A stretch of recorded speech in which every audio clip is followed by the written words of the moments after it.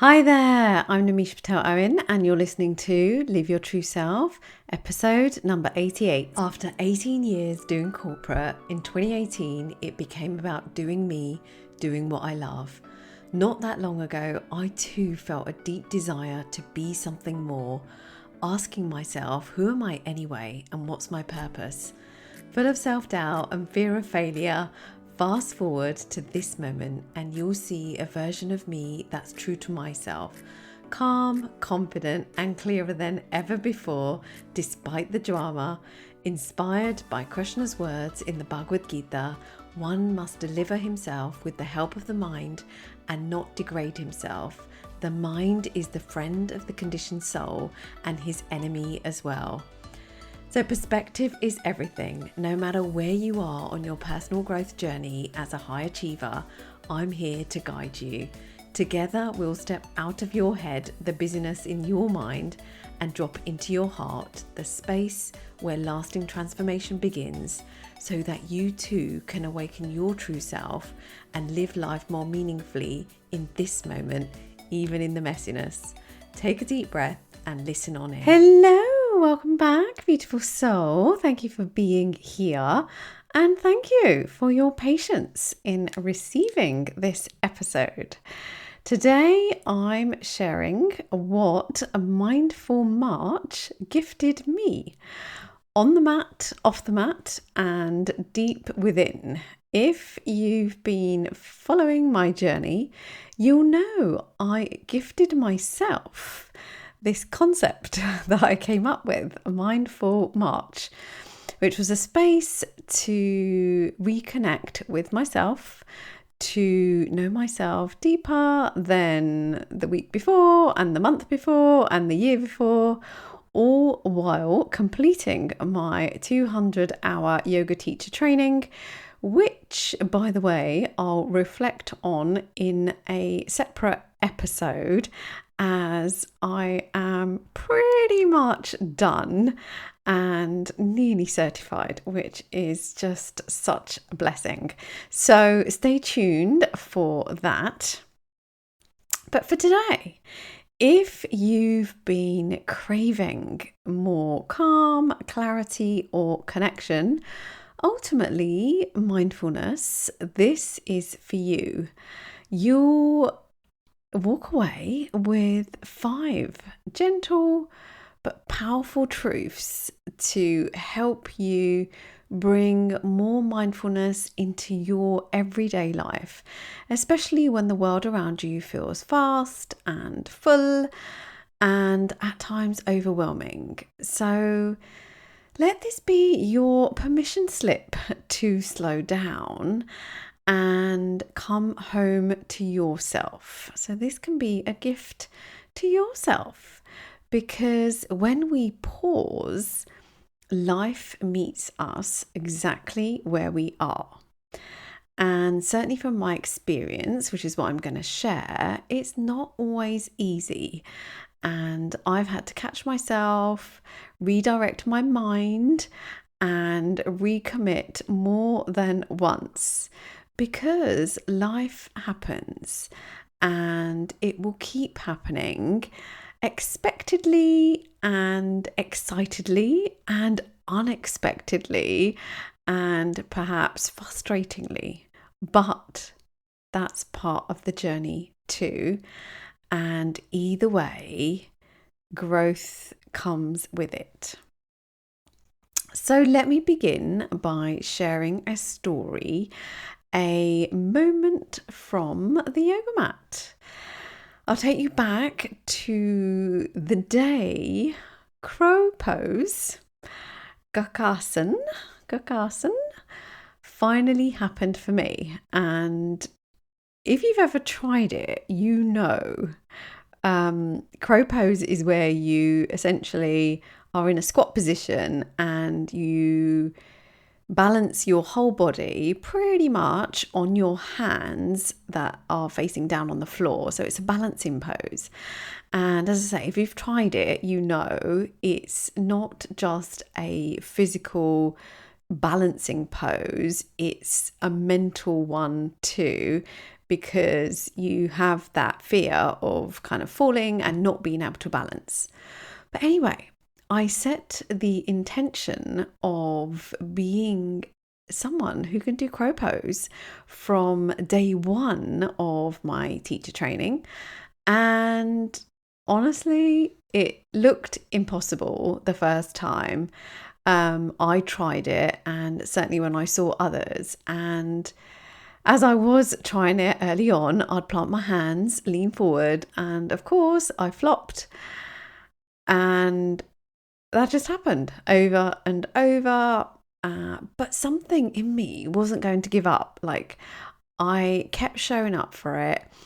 I learned new drills to build strength and trust. I worked on my core and wrist warm-ups. I kept up my daily 25 push-ups and did my steps, and just really went all in, edging me closer and closer to being able to do it. And each one of those drills, each one of those things was teaching me patience and practice and also presence. And every time I flopped, I reminded myself that this isn't about getting it right and getting it done. It's about staying with it and knowing that I can do this too.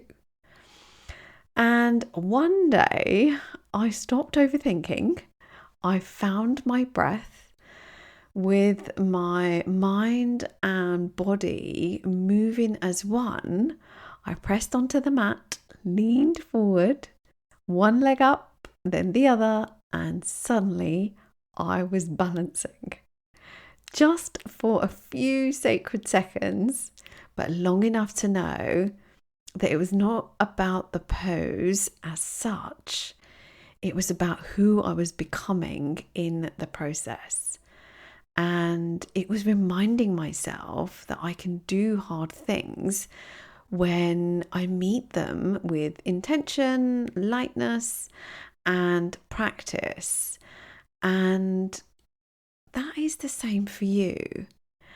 And so Mindful March reminded me that we don't have to force or rush our way forward to achieve the thing or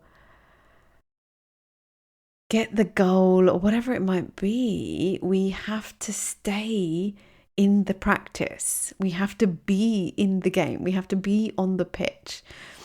And we have to play with the hand that we're dealt with. And what I mean by that is that we are all unique. We have different bodies, we have different backgrounds, different experiences, different circumstances. And so we have to play with the hand that we're dealt instead of trying to change it or fix it or judge it or run from it. We just get to be with it as it is. And in that presence, things shift. We shift, and ultimately we grow. But life happens. It always will. But we always get to be who we want to be. And so for me, Mindful March wasn't about perfection. It was about practice and patience in the present. So let me share the 5 things Mindful March gifted me. And these are some simple practices for you to take away that will hopefully nourish your inner and outer world, and that they're simple. But before we dive in, I want you to know that I'm a work in progress too. We're all on this spiritual path together, and everything I share is everything I continue to work on every single day. From my heart, I do not claim to have cracked any of this stuff. I promise you, I continue to work on this. But I am just very grateful and blessed to be doing this work and to be able to share it with you. So here are my 5 things. Number 1, don't waste your time. Mindful mornings are sacred. How we start our day sets the tone for everything that follows. The quiet of the morning is an invitation to connect with ourselves, connect with something bigger than us before the world asks anything from us. So I would invite you to honor that sacred time.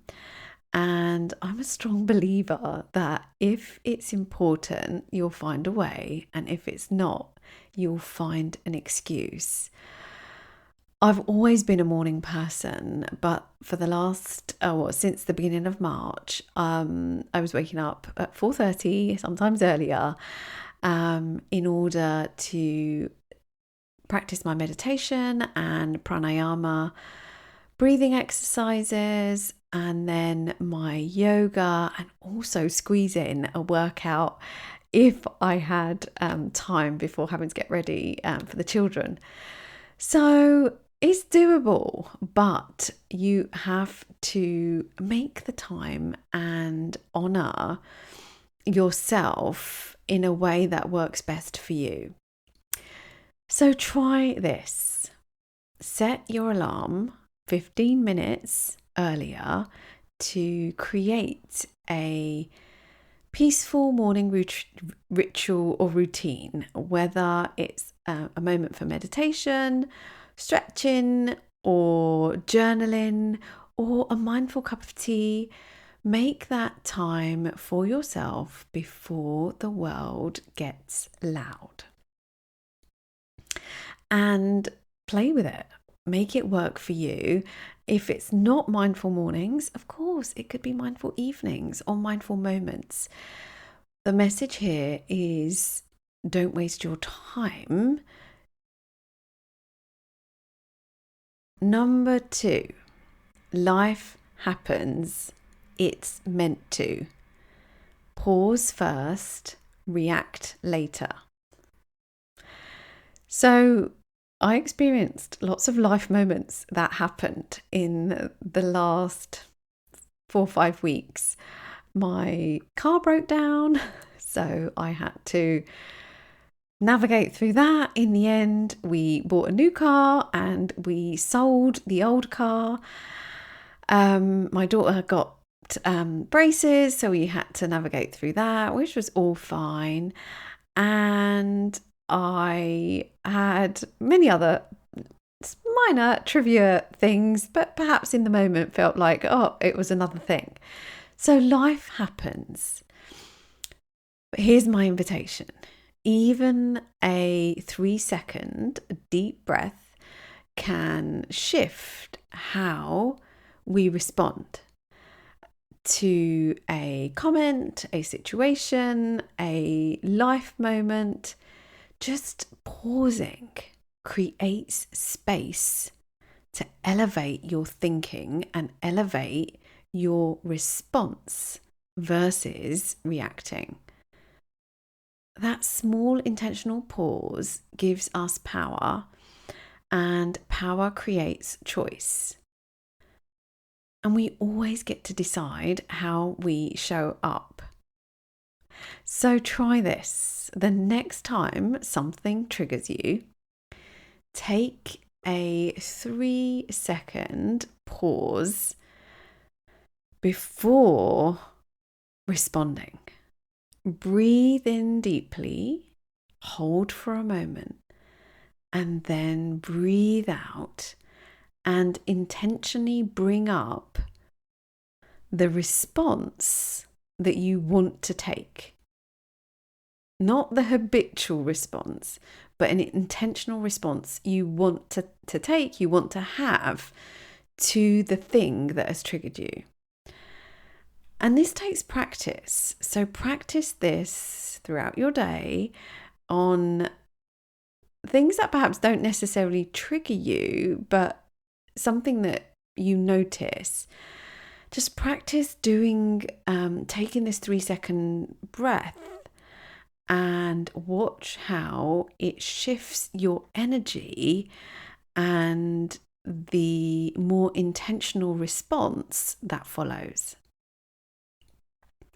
Number 3, pay attention inside and outside.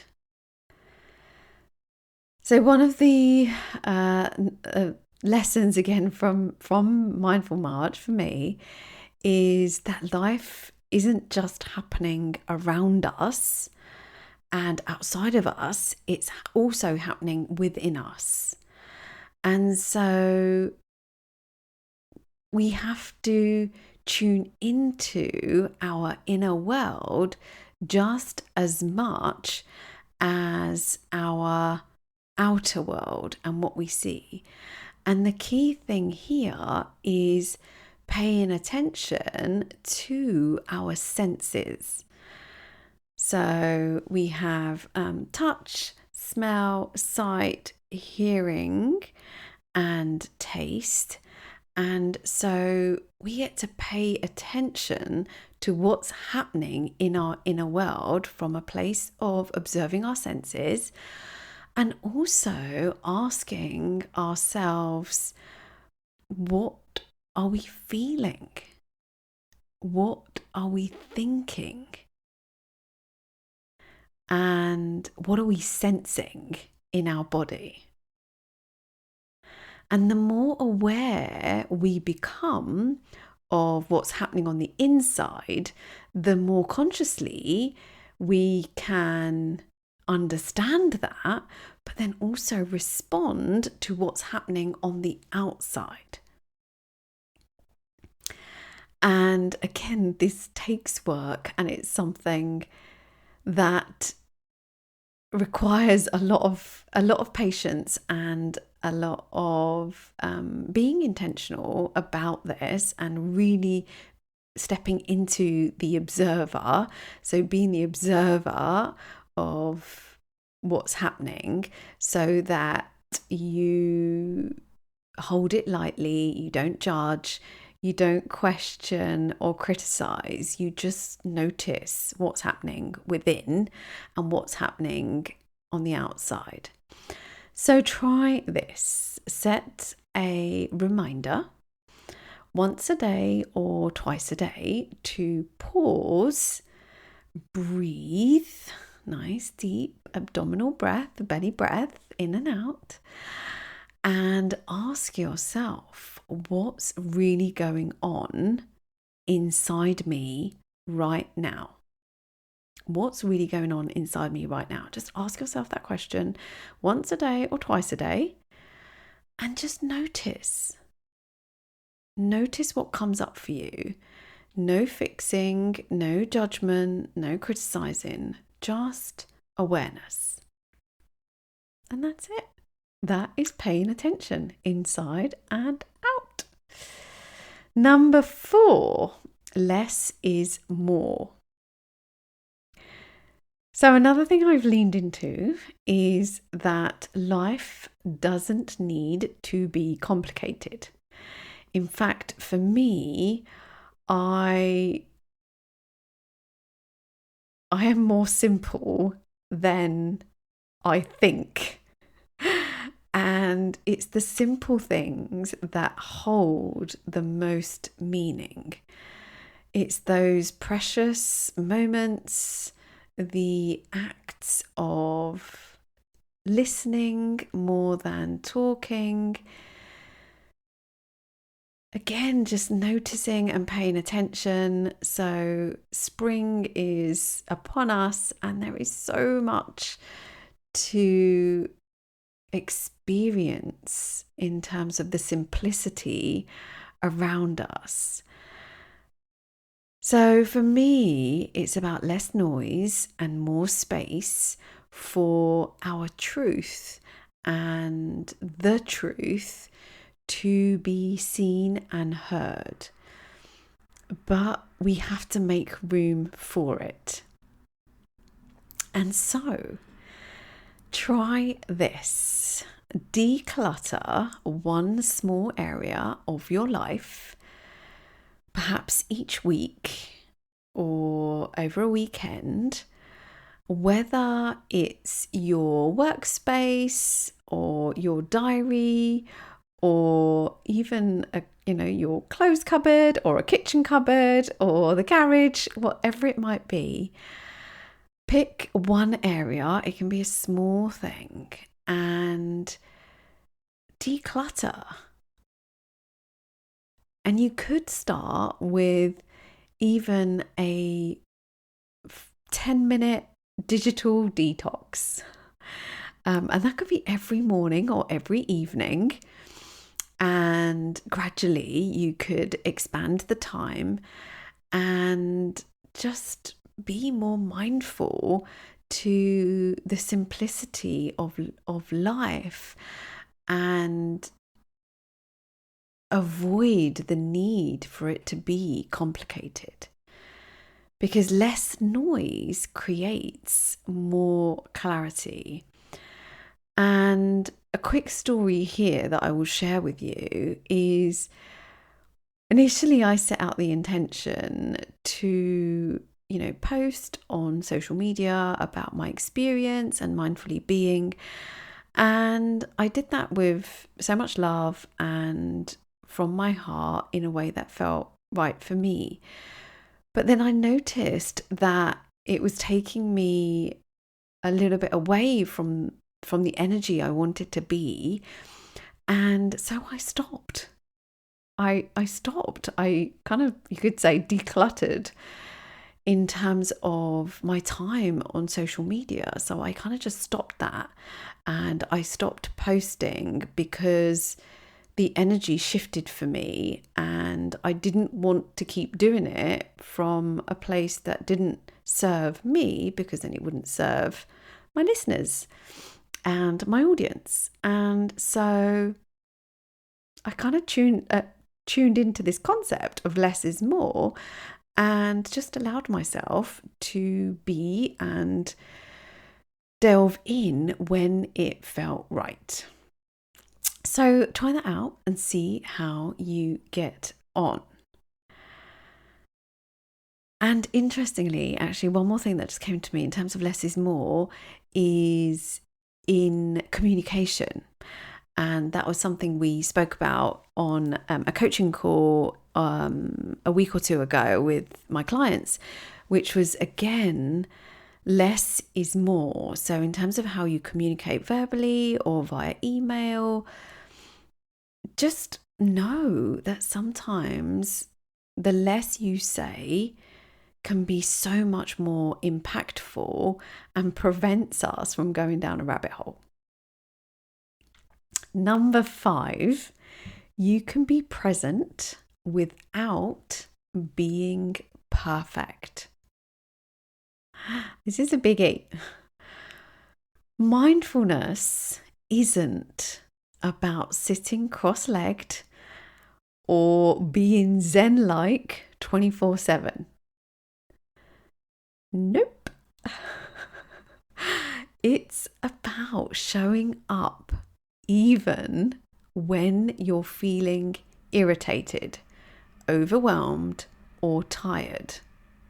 Like when your perimenopausal self wants to throw a tantrum for trivia stuff because she just feels super irritated. Guilty? It's that simple, right? Meet yourself where you are. We can be present without being this kind of perfectly calm, grounded, centered being. perfection isn't the goal, right? Being that perfect mum or perfect leader or perfect business owner,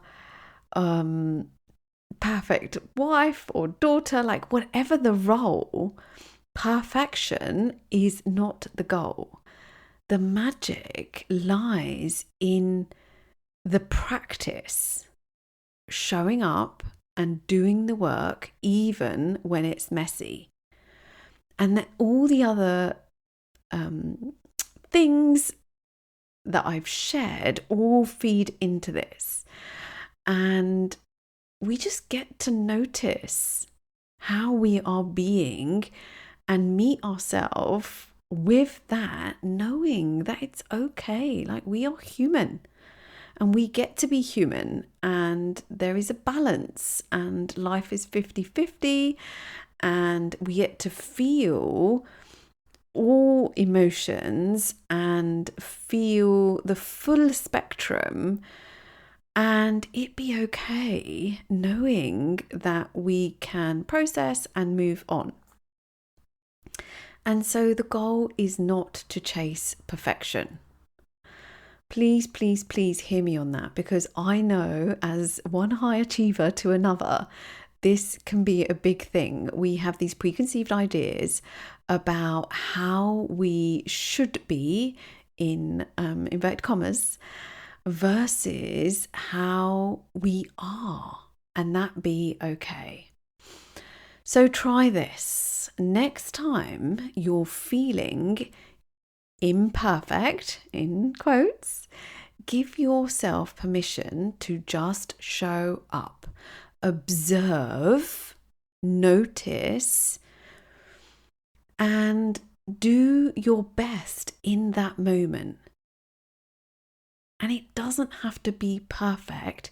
It just has to be conscious and intentional.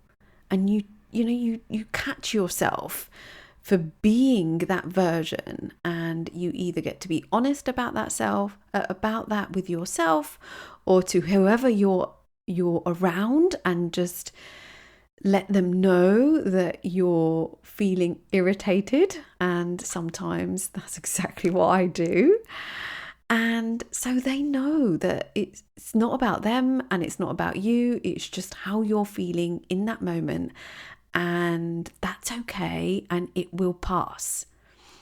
And the practice is in the effort, not the outcome.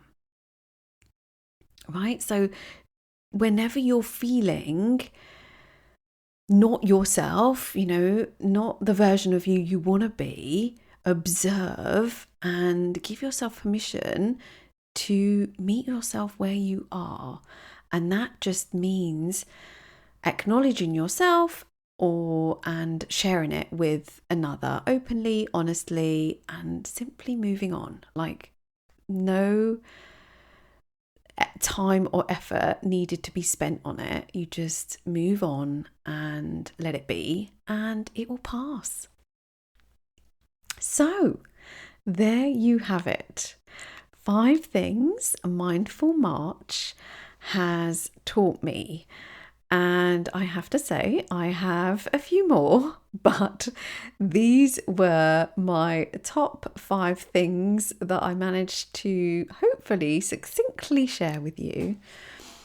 And here's the bonus insight, which I already shared previously, that dawned on me 7 days into March. I realized that mindfully being, which is what we've been talking about, is not just a practice for a month or a season or for a particular role or situation or circumstance. It's a way of being. It's a way of life. And what has come up for me is that it's a yoga way of life. And it's like everything is finally coming together is my thought. Because of the yoga training plus the mindful march, this is the beautifulness of what I have been blessed with. Now close your eyes if you can. It's waking up each day and choosing to be with what is, to live as our truest self, to do what we love, to let go of the need to rush and squeeze everything in, but simply trusting that this moment, this situation, this breath, this meltdown, this tantrum is where life is waiting for us. So let's slow down together.